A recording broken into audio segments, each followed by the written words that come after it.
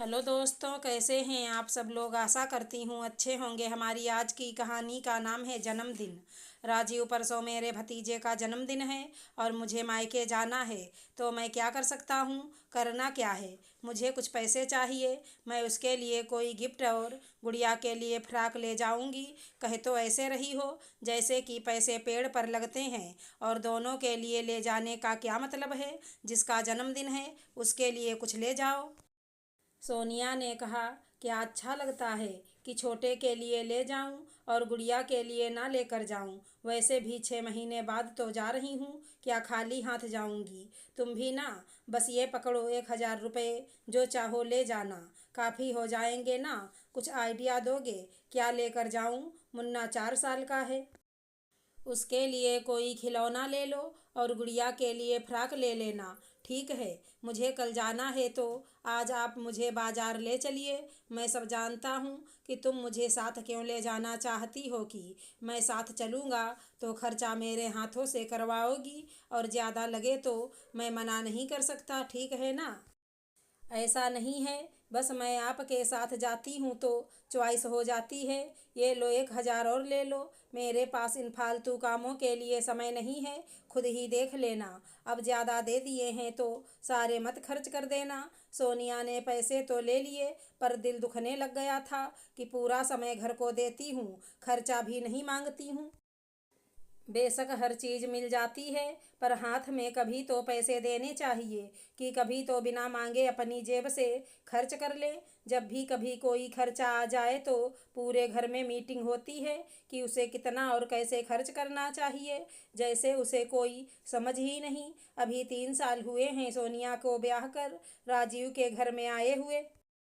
घर में सोनिया के सास ससुर, जेठ जेठानी और उनके 2 बच्चे, एक बड़ी ननद जिसकी शादी हो चुकी थी। उनके 3 बच्चे हैं। जेठ जी घर से अलग रहते हैं, उनकी खुद की गृहस्थी है। सब अपने अपने घर में खुश हैं, लेकिन सोनिया को घर आते ही समझाया गया कि उसे इस घर को संभालना होगा। उसे घर में किसी चीज़ की कमी नहीं होगी। बस घर में सब कुछ वैसे ही चलेगा जैसे अब तक चलता आया है। कुछ भी करना तो माँ पापा से पूछ कर करना, जो भी हो उन्हें बताए बिना नहीं होना चाहिए। सोनिया ने खुशी से सहमति में सिर हिला दिया था।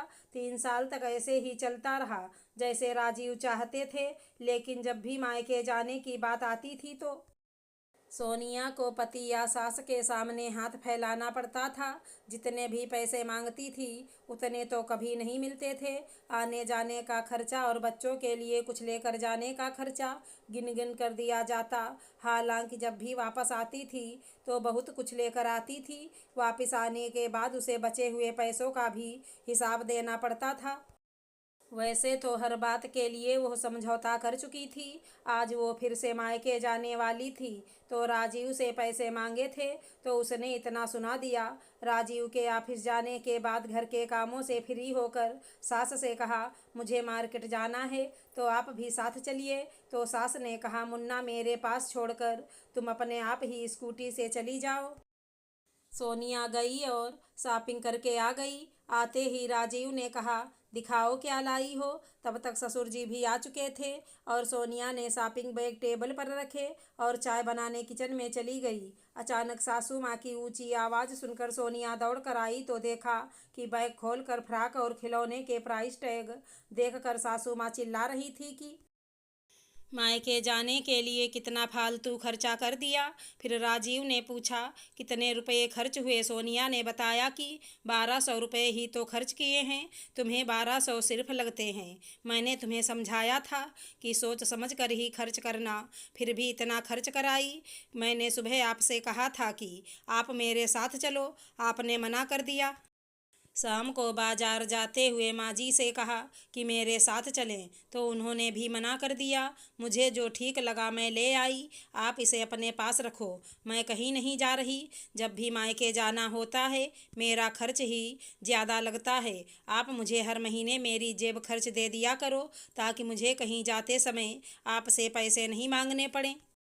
देखो सोनिया बहू, हर साल जन्मदिन पर जाना क्या ज़रूरी है। माँ जी साल में 2 या 3 बार मायके जाती हूँ और बच्चों के लिए 400-500 रुपये से ज़्यादा कुछ नहीं ले जाती। और जन्मदिन पर अगर कुछ ले जाती हूँ तो वापसी पर मुझे 2-4 गुना करके देते भी तो हैं। वो भी आकर सब हिसाब देना पड़ता है और आते ही सब खाली कर देती हूँ, कुछ भी नहीं रखती। मैं अपने पास सब दे देती हूँ। राजीव बोला, तुम तो बुरा मान गई। किसी ने तुम्हें जाने से मना किया है क्या?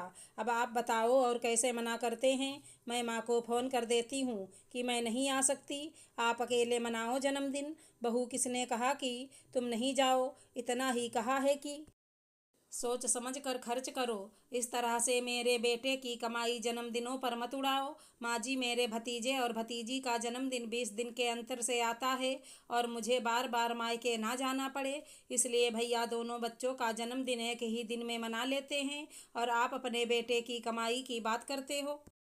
मुझे तो ये भी नहीं पता है कि मेरे पति की सैलरी है कितनी और मुझे किस हिसाब से चलना है, और ना ही मैंने कभी जानने की कोशिश की।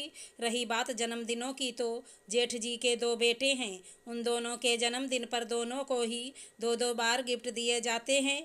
और तो और आपकी बेटी के भी तो 3 बच्चे हैं। उनके घर में साल में 5 जन्मदिन आते हैं और 2 जन्मदिन जेठ जी के घर। तब तो खर्चों का कोई हिसाब नहीं। बहू, आज तुम कुछ ज़्यादा ही बोल रही हो। जुबान पर लगाम लगाओ। मायके में जाने के लिए तुम मेरे पूरे खानदान के खर्च गिनाओगी।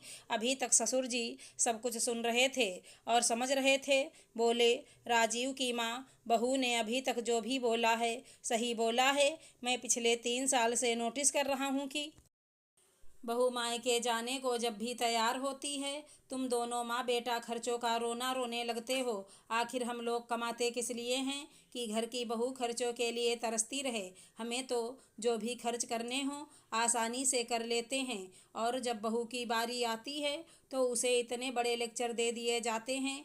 राजीव बेटा, आज के बाद तुम अपनी पूरी सैलरी अपनी पत्नी के हाथ में दोगे और अपनी माँ को घर की जिम्मेदारियों से मुक्त करो। उसने अपनी सास से बहुत कुछ सीख लिया है, वो घर को ठीक से संभाल लेगी। इतना सुनकर सोनिया की सास परेशान हो गई और कहने लगी, बहू नहीं संभाल सकेगी, उसे जो भी चाहिए मैं दूंगी ना। माँ जी, मैं भी अभी ये सब जिम्मेदारियाँ नहीं संभाल सकती, आप खुद ही संभालो।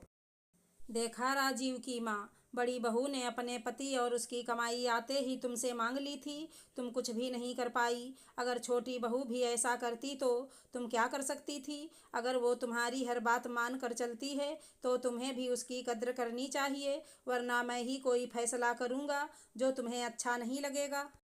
और आज के बाद मैं नहीं सुनना चाहूँगा कि खर्च को लेकर बहू परेशान है। यदि ऐसा हुआ तो घर का पूरा सिस्टम मैं अपने हाथ में ले लूँगा और तुम दोनों माँ बेटे को भी फिर ज़रूरत पड़ने पर खर्च मैं दूँगा, और वो भी गिन गिन कर। फिर मत कहना कि बताया नहीं था। इतना बोलकर वो अपने कमरे में चले गए और राजीव और उसकी माँ एक दूसरे की शक्ल देखने लगे और सोनिया से माफ़ी मांगी और शॉपिंग बैग उसके हाथ में दे दिया और पैसे भी दिए और कहा कि आज के बाद कभी तुम्हें शिकायत का मौका नहीं देंगे, हो सके तो हमें माफ़ कर देना। और सोनिया ने अपने ज़्यादा बोलने पर अपनी सास से माफ़ी मांगी और एक दूसरे के गले लग गईं। अगर हमारी कहानी पसंद आई हो तो चैनल को लाइक शेयर सब्सक्राइब करें। धन्यवाद दोस्तों।